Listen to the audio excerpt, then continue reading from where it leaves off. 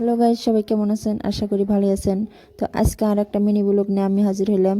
যাই হোক, রেডি হয়ে বাইরেছি, যাবো আজকে একটু কলগাছি।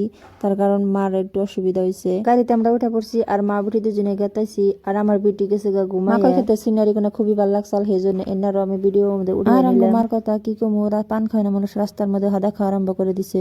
পান খায় না মানুষ শিক্ষিত আর অশিক্ষিত থাকে, সেটা তো কবারই নাই। যাই হোক, বহুত দিন পর পর গ্রামের নজর আগুনে দেখলে খুবই ভালো লাগে। তার মানে বহুত দিন পর পর আয়া পাইলাম আমরা চাকলা বাজার। তো নিজেরা উঠলে দেখবার নিছিলাম। যাই হোক, আয়া পাইলাম আমরা কলগাছি, মানে এটা হচ্ছে কলগাছি মেডিকেল কলেজ। বহুত দিন পরে দেখা আমার। তো এই মেডিকেলে অনেক স্মৃতি আছে। তারপরে আমরা ভিতরে গেলাম আর বিউটি গেতে সঙ্গে মার হাত ধরে। মেডিকেল কলেজ তখন বহুত উন্নত হয়েছে, আগের মতো নাই। সবকিছু এনে অপারেশন, মানুষের চোখের অপারেশন যা কিছু দেখে এলাম, খুবই ভালো লাগলো দেখে। আর এটা কিন্তু তাঙ্গ বিউটি খুবই ডরায়। আর এটা হচ্ছে মেডিকেলের উপর তলা। আমরা একটু ঘোরাঘুরি করবার ছিলাম, মা বুড়ি দুজনে এড়ে হেঁটে দেখবার ছিলাম। তো খুবই ভালো, উন্নত।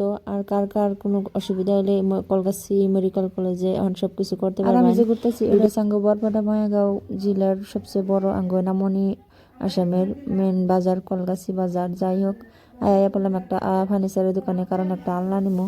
এটা ফার্নিচার গুলো খুবই ভালো লাগছে। আর ভিডিও কেমন লাগলো, ভালো লাগলে লাইক কমেন্ট শেয়ার করেন জানি, আর আমার একটু করে সাপোর্ট করেন জানি। সবকে ধন্যবাদ।